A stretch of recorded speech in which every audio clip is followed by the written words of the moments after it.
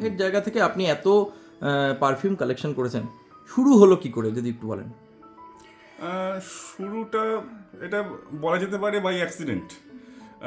ব্যাপারটা হচ্ছে যে এর আগে ধরুন শুরুতে ইনিশিয়ালি কলেজ ডেজ বা তারপরে যখন চাকরি বাকরি জয়েন করা যখন হয় আর কি, সেই সময়টাই তো মোস্টলি আমরা সেন্ট বলতে কি বোঝাই, ডিওড্রেন্ট, ডিও যেগুলো রয়েছে, ডিও স্প্রে, সেইগুলো আর কি।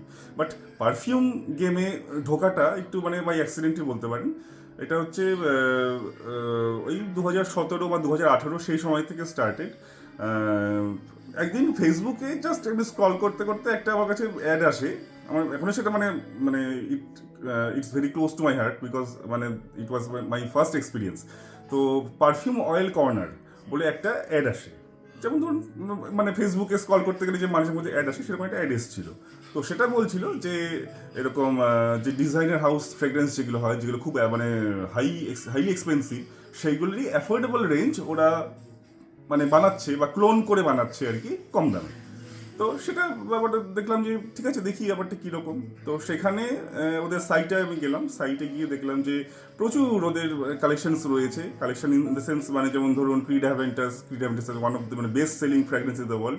তাদের একটা মানে ডিউপ বলতে বোঝায় যে যেটা হচ্ছে আপনার মানে ক্লোন যেটা আর কি, ঠিক আছে, সেই ক্লোনটা ওদের কাছে রয়েছে। তো আমি তখন মনে করলাম যে ঠিক আছে, ক্রিড অ্যাভেন্টাসের এত তো নাম শুনি, তো একবার দেখি না, ট্রাই করে দেখি যে কীরকম ব্যাপারটা। তো তখন আমি ওদের কাছ থেকে একটা অর্ডার করলাম, একটা মানে সেন্টের বটল, 50 ml এর বটল অর্ডার করলাম।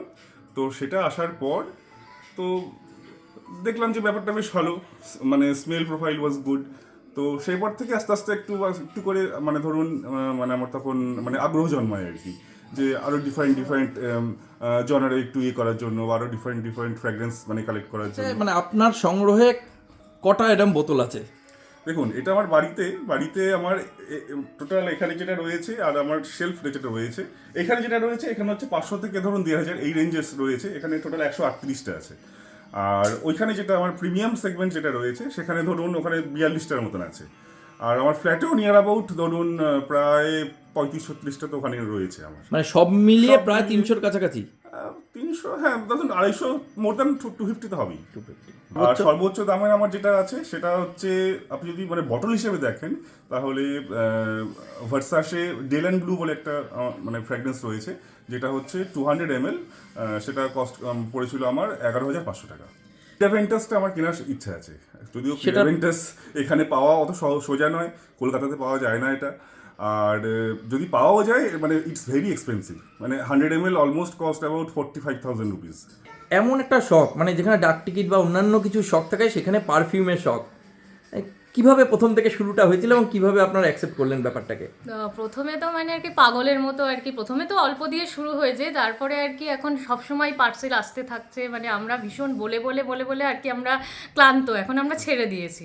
তো ওর যেটা প্রথমে তো নেশা ছিল, আর এখন যেটা পাগলের মতো কেনা তো হচ্ছে। এমনও হয় যে অনেকটা এক্সপায়ারি ডেট এসে যায়, আমরা শেষও করতে পারি না, এবং যেগুলো খুব এক্সপেন্সিভ হয় তো সেগুলো তখন গায়ে লাগে যে এত টাকা কেন খরচা করছে। তো তখন আমরা বুঝতে পারি যে এটা ওর একটা অন্যরকম প্যাশন। তো কিছু আমরা আর অতটা কিছু বলি না। তো আর একটা যেটা, ওর পারফিউমটা নিয়ে খুব নলেজ রয়েছে, যেটা আর কি সবচেয়ে আমার ভালো লাগে। কেনাটা তো একটা অন্য সাইড, যে সারাদিন ধরে এটা নিয়ে পড়াশোনা করে। এবং পারফিউম সম্পর্কে আমার একদমই কোনো নেশাও নেই, সেরকম কিছুই নেই, কিন্তু ওর যে জ্ঞান রয়েছে এটা সম্পর্কে, মানে ওকে বলতে দিলেও সারাদিন ধরে পারফিউম নিয়ে বলে যেতে পারে। তো সেটা একটা ভালো দিক। সেক্ষেত্রে মানে অন্যান্য দেশ মানে বিদেশেরও পারফিউম ওনার কাছে কালেকশনে আছে। হ্যাঁ, এটা যদি বলেন মানে কোন কোন দেশের আছে? হ্যাঁ, ওর যেমন যেখানে আমরা ঘুরতে গেছিলাম, থাইল্যান্ড গেছিলাম, ওখান থেকে ওখানকার নিয়ে এসছে। তারপরে মালয়েশিয়া গেছিলো, নিয়ে এসছে। তারপরে তো অনলাইনেই এখন বিদেশের জিনিস পাওয়া যায়। তো আগেও বলেছে ওর অনেক দেশের রয়েছে পারফিউমের কালেকশন। তো এই আর কি।